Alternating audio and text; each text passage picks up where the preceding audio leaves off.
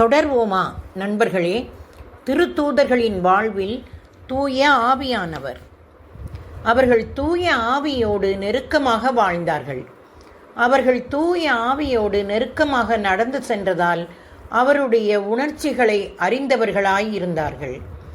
அந்நியர் தூய ஆவியிடம் பொய் கூறியதை கூட அவர்கள் உணர்ந்து கொண்டார்கள். தூய ஆவியுடனான அவர்களின் நட்புறவு எந்த அளவு அதிகமாக இருந்ததென்றால் பேதுருவை சுற்றி ஆவியானவரின் மாட்சி சூழ்ந்திருந்தது.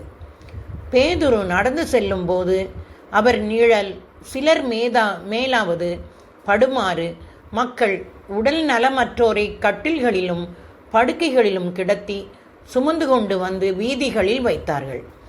அவர்கள் தூய ஆவியில் மூழ்கி திளைத்தார்கள். தூய ஆவி அவர்கள் மீது நிரம்பி ததும்பியதால் நம்பிக்கை கொண்டவர்கள் மீது அவர்கள் கைகளை வைத்தபோது அவர்களும் தூய ஆவியால் நிரப்பப்பட்டார்கள்.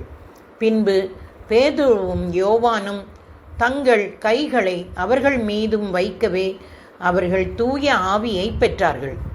பேதுரு பிரசங்கித்த போது தூய ஆவியானவர் எல்லா மக்கள் மீதும் இறங்கினார்.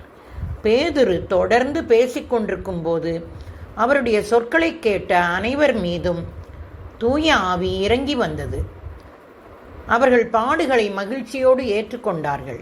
பின்பு அவர்கள் திருத்தூதர்களை அழைத்து அவர்களை நைய புடைத்து இயேசுவை பற்றி பேசக்கூடாதென்று கட்டளையிட்டு விடுதலை செய்தனர்.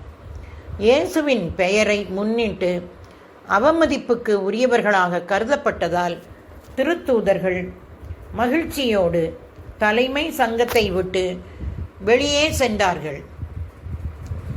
அவர்கள் தொடர்ந்து செயல்பட்டார்கள். துன்பத்தின் நடுவிலும் கூட அவர்கள் நற்செய்தியை அறிவிப்பதை விட்டு விலகவில்லை. அவர்கள் நாள்தோறும் கோவிலிலும் வீடுகளிலும் தொடர்ந்து கற்பித்து இயேசு கிறிஸ்துவை பற்றிய நற்செய்தியை அறிவித்து வந்தார்கள். தூய ஆவியானவரே திருத்தூதர்களை தன் வல்லமையினால் நிரப்பி எந்த சூழ்நிலையிலும் அவர்கள் செயல்பட தூண்டினார். திருத்தூதர் பவுலும் தூய ஆவியானவரும் இயேசுவை சந்தித்த அனுபவத்திற்கு பிறகு தூய ஆவியால் நிரப்பப்படும்படி தமஸ்குவில் உள்ள சீடர் பவுலின் மீது கைகளை வைத்த பொழுது அவர் தூய ஆவியால் நிரப்பப்பட்டார். திருத்தூதர் பவுல் தூய ஆவியாரோடு நெருக்கமாக நடந்து சென்றார். அவர் தூய ஆவியானவருடன் நட்புறவு என்றால் என்ன என்பதை அறிந்திருந்தார். எனவேதான் 2 கொரிந்தியர் 13:13 ஆண்டவர் இயேசு கிறிஸ்துவின் அருளும் கடவுளின் அன்பும் தூய ஆவியாரின் நட்புறவும் உங்கள் அனைவரோடும் இருப்பதாக என்று கூறுகிறார். அவர் தூய ஆவியானரோடு நெருக்கமாக வாழ்ந்தால் அவரை துயரப்படுத்துவது, அவரின் செயல்பாட்டை தடுப்பது, அவரை பழிப்பது போன்ற காரியங்களை செய்யாதீர்கள் என்று அறிவுறுத்துகிறார். பவுல் உடலில் பட்ட கைக்குட்டைகளையும் துண்டுகளையும் கொண்டு வந்து நோயுற்றோர் மீது வைத்ததும் பிணிகள் அவர்களை விட்டு விலகும், பொல்லாத ஆவிகளும் வெளியேறும். பவுல் தூய ஆவியால் எப்படி நிரம்பி இருந்தார் என்றால் அவரின் உடலை தொற்றிருந்த துணிகள் கூட குணப்படுத்துதலையும் விடுதலையையும் கொண்டு வந்தன. அது எதை காட்டுகிறது? அவர் தூய ஆவியில் நிரம்பி இருத்தலுக்கு அதிக விலை கிரயம் செலுத்தியிருந்தார்.